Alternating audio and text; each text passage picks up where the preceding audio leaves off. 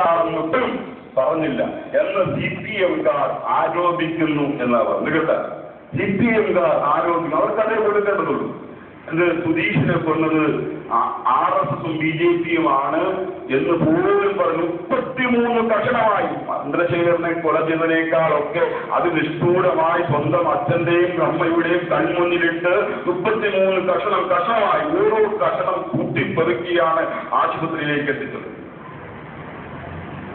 ആ കൊലപാതകത്തെ വെറും ഒരു കൊലപാതകമായി ചിത്രീകരിച്ച മാധ്യമങ്ങളാണ് ചന്ദ്രശേഖരന്റെ കൊലപാതകത്തെ CPIM നടത്തിയ രാഷ്ട്രീയ കൊലപാതകമാണ് എന്ന തരത്തിൽ പ്രചരിപ്പിക്കുന്നത്.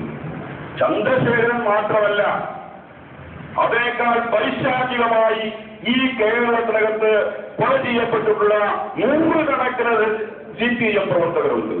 ചീമേനിയിൽ 5 മനുഷ്യന്മാരെ കൊന്നത് എങ്ങനെയാ? കോൺഗ്രസുകാരല്ലേ കൊന്നത്? ആഫീസിനകത്ത് അല്ലെ, തെരഞ്ഞെടുപ്പ് ദിവസം ആഫീസിനകത്ത് ഇരുന്ന ആളുകളിലേക്ക് ആയുധമായി പാഞ്ഞെടുത്ത് വന്നപ്പോൾ അവർ സാധനശാസ്ത്രം ആഫീസ് കൂട്ടി കയറി. 10-35 ആളുകളുണ്ട് ആ ചെറിയൊരു ആഫീസിനകത്ത്. അവർ വാതിൽ ചവിട്ടി പൊളിച്ച് കല്ലെറിഞ്ഞ് ഓട് തകർത്ത് അതിന്റെ ഉള്ളിലേക്ക് പെട്രോളും മണ്ണെണ്ണയും ഒഴിച്ച് പുല്ലുമിട്ട് തീ കൊളുത്തി മനുഷ്യൻ നിൽക്കാൻ പറ്റാത്ത അവസ്ഥയിൽ ചില ആളുകൾ ജനൽ വെട്ടിപ്പൊളി തുറന്ന് പുറത്തേക്ക് ചാടിയപ്പോൾ ആ പുറത്തു നിന്ന് ആയുധവുമായി നിന്ന കോൺഗ്രസുകാർ ഓരോ ആളുകളെയും വെട്ടിയും കുത്തിയും കല്ലിട്ടും തീ കത്തിച്ചും കൊല്ലുകയായിരുന്നു. 5 പേര് ഈ ചീമേനിയിലാണ്, നമ്മുടെ അടുത്തടുത്ത്. കോൺഗ്രസുകാരാണ്, കോൺഗ്രസിന്റെ ക്രിമിനൽ സംഘമാണ്. അത് രാഷ്ട്രീയ കൊലപാതകമായി ആരെങ്കിലും ഇപ്പോ പറയുന്നുണ്ടോ? രാഷ്ട്രീയ കൊലപാതകത്തിനെതിരെ പ്രസംഗിക്കുന്ന ഉമ്മൻചാണ്ടിക്കും തിരുവനന്തപുരം രാധാകൃഷ്ണനും ഇതേക്കുറിച്ച് എന്ത് പറയാനുണ്ട്?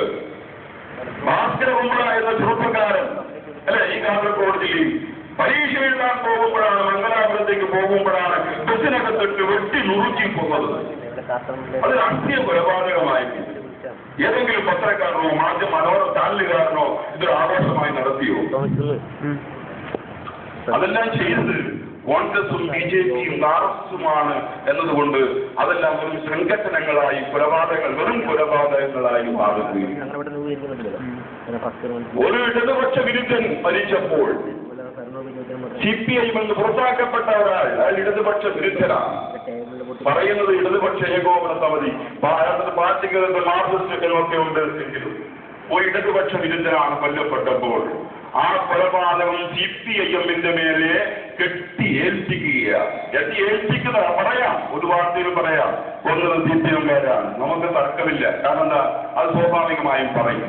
പക്ഷേ അതാണ് എന്ന് വരുത്തി തീർക്കുന്നതിന് വേണ്ടിയിട്ടുള്ള ബോധപൂർവമായുള്ള വാർത്തകൾ സൃഷ്ടിച്ച് നിരന്തരമായി പ്രസിദ്ധീകരിച്ചുകൊണ്ടിരിക്കുന്ന ഒരു കുടിലമായ മാധ്യമ പ്രവർത്തനം ഇന്ന് കേരളത്തിൽ നടക്കുകയാണ്.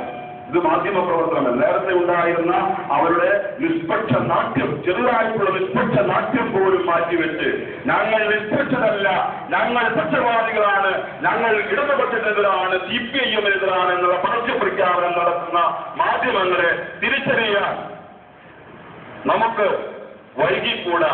ആ തിരിച്ചറിവിൽ നിന്നുള്ള പ്രതിരോധം അതിശക്തമായി ഉയരട്ടെ എന്ന് മാത്രം പറഞ്ഞുകൊണ്ട് ഞാൻ നിർത്തുന്നു. അറിയാതെ